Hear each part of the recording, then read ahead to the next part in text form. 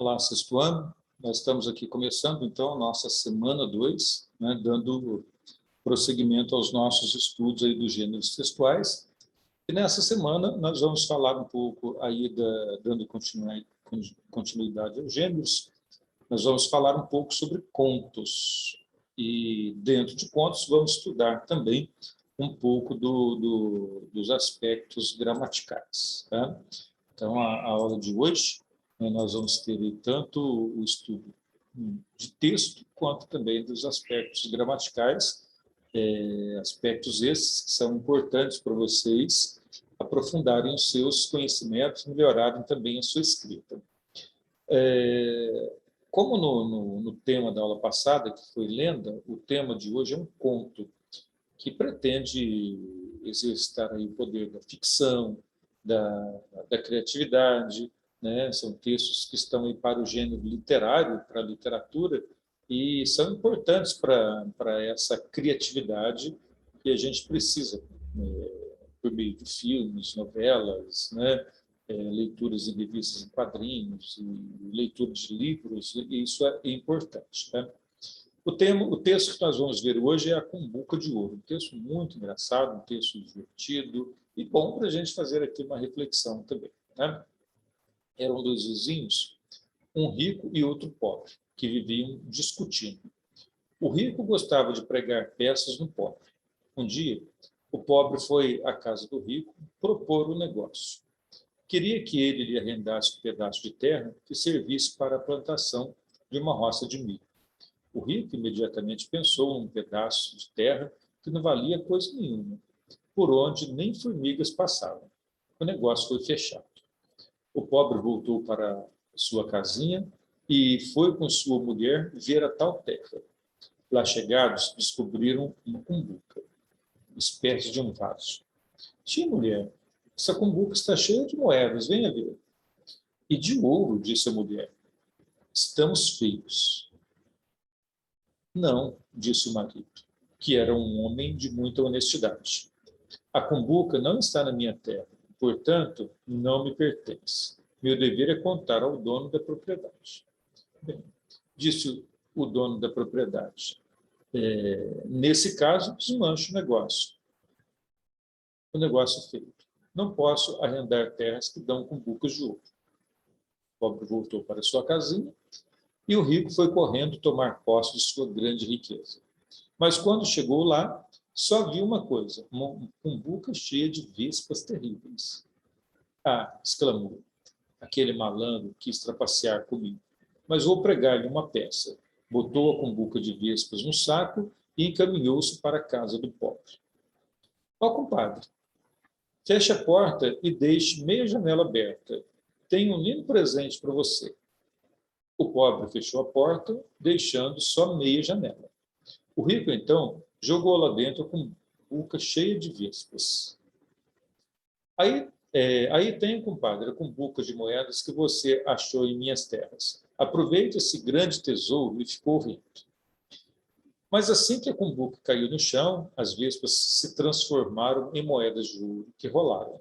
Lá de fora, o rico ouviu o barulhinho, desconfiou e disse: compadre, abra a porta, quero ver uma coisa. Mas o pobre respondeu: não caia nessa. Estou aqui que nem sei o que fazer com tantas vespas em cima. Não quero que elas ferrem o meu bom vizinho. Fuja, compadre. E foi assim que o pobre ficou rico e o rico ficou ridículo. Lógico, uma história aqui para a gente apreciar e para a gente exercitar o poder da criatividade. Né? No período um dia, o pobre foi à casa do rico propor o negócio. A expressão um dia pode ser substituída por qual dessas expressões? Certo dia, era uma vez, há um tempo distante, no século passado. Questão número 3. No conto, os personagens que aparecem são. Quem são? É a mulher, os dois compadres, o compadre, a mulher, o fazendeiro, a mulher, o marido, o rico, o pobre, a mulher. A leitura aí dá conta de responder tranquilamente essa questão. Né? Assinale a opção 1 ao que se refere ao personagem pobre e 2 ao personagem rico. Tá? Você tem ali as duas frases, tá? é preciso voltar lá no texto para identificar o que é a opção 1, ao pobre, referindo-se ao pobre, e ao 2, ao rico. E a questão número 5, você vai ter aí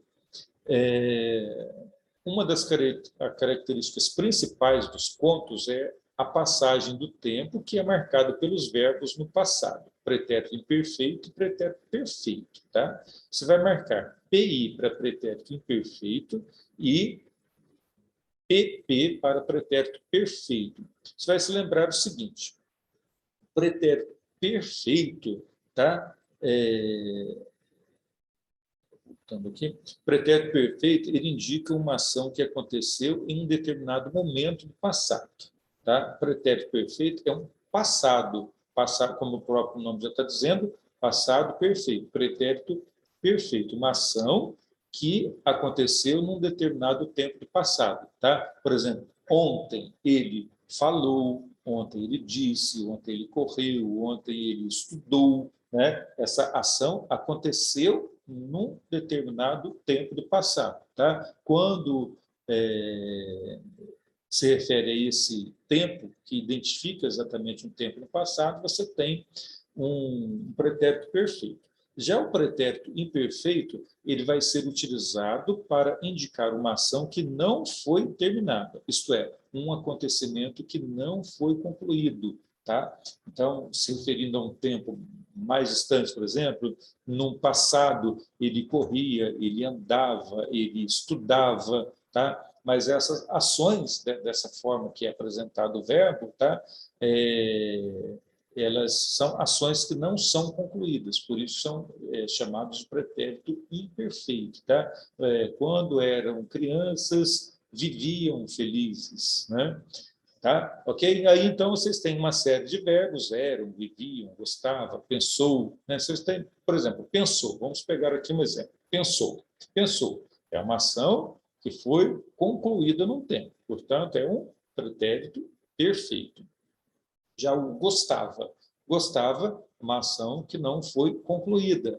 Tá? Gostava é diferente de gostou, ação concluída. Gostava, não concluída. Portanto, gostava é um pretérito imperfeito. Tá? Então, por meio dessa análise, dessa explicação, você vai colocar aí, então, nessa questão, o PI ou o PP. Tá? E a última questão: um recurso que contribui para organizar as frases do texto são as conjunções. As conjunções são modelizadores que conectam as orações, ligando uma palavra à outra. Entre as conjunções há as adversativas, que podem ser mas, porém, todavia, contudo, entretanto, senão, que. Tá? Então, as adversativas, elas têm como função estabelecer uma ideia de oposição entre duas orações. Tá? O menino estudou, mas não foi bem na prova. Ele estudou, né? Não foi bem na prova. Esse mas que tem aí é uma conjunção adversativa, porque ele está dando essa ideia de oposição, de contrário, entre as duas orações. Ele estudou, mas não foi bem na prova.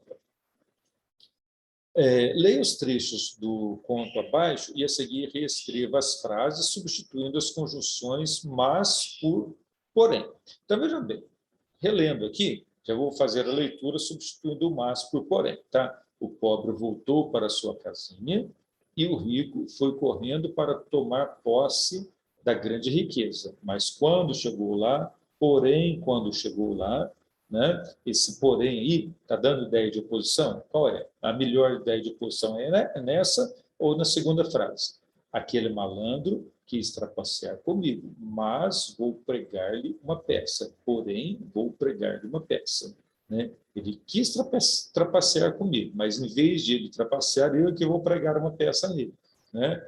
Então, você percebe que nessa segunda, o mas, quando o porém entra, aí ele se encaixa melhor. Né? E aí, em qual oração substituição foi mais adequada? Tá? Na primeira ou na segunda? Fica claro, mas vou pregar uma peça, esse aí fica mais claro, tá? Porque o mas, ele expressa claramente essa ideia de oposição. Ok?